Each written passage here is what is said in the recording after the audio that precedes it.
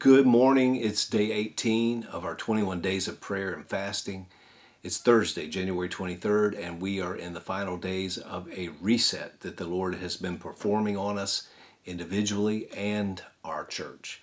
The Lord has been challenging us to leave the past in the past and to start with a clean slate and prepare for the new year before us, as well as expect the best by standing in faith for each day of this new year of 2025.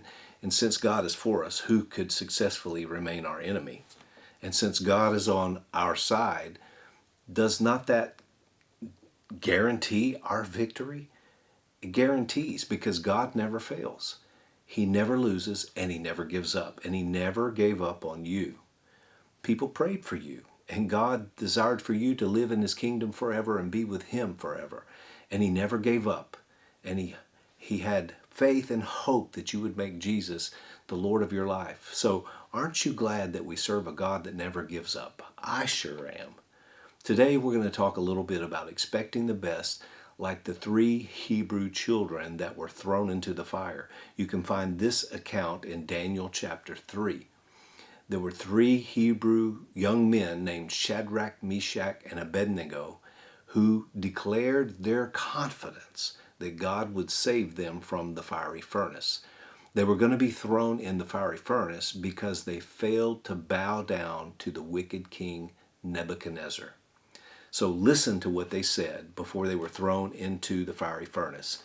In verse 17, they said, "If we are thrown into the fiery furnace, the God who we serve is able to deliver us from the burning fiery furnace. And He will deliver us from your hand, O king." They declared it with their mouth, what they believed in their heart, that God was greater than King Nebuchadnezzar. Their faith and trust was in their God, and this allowed them to expect the best. So, today the question is our faith and trust in God for this year before us, named 2025? Do we trust God in 2025? Do we believe that God can turn every negative situation into a positive situation during this coming year?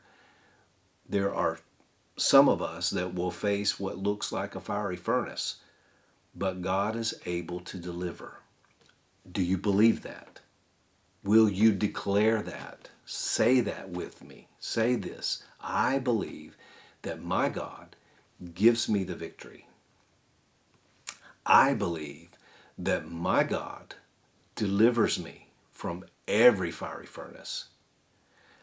I expect the best this year. You need to write that down and say it. Say it every day when you wake up. As you're praying this morning, agree with Pastor Sheila and me for safety and protection as we travel back home from the ministers' conference. And believe with us that we will accomplish everything that the Lord tells us to do this year personally, as your pastors, and in our church. With His grace, we can do all things because He strengthens us and anoints us to do everything that He called us to do.